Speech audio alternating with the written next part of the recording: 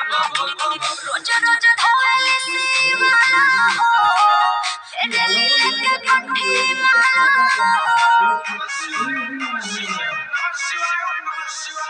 रोजा रोजा धोले शिवाला हो तेरे लेके कंठी माला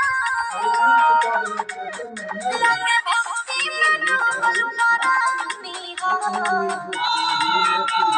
सब जन राजा के रानी हो हमार वाले शिव के दीवानी हो सब जन राजा के रानी हो हमार वाले शिव के दीवानी हो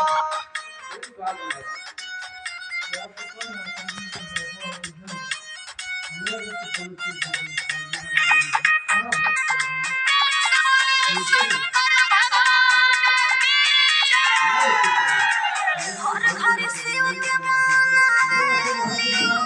नमः शिवाय महारानी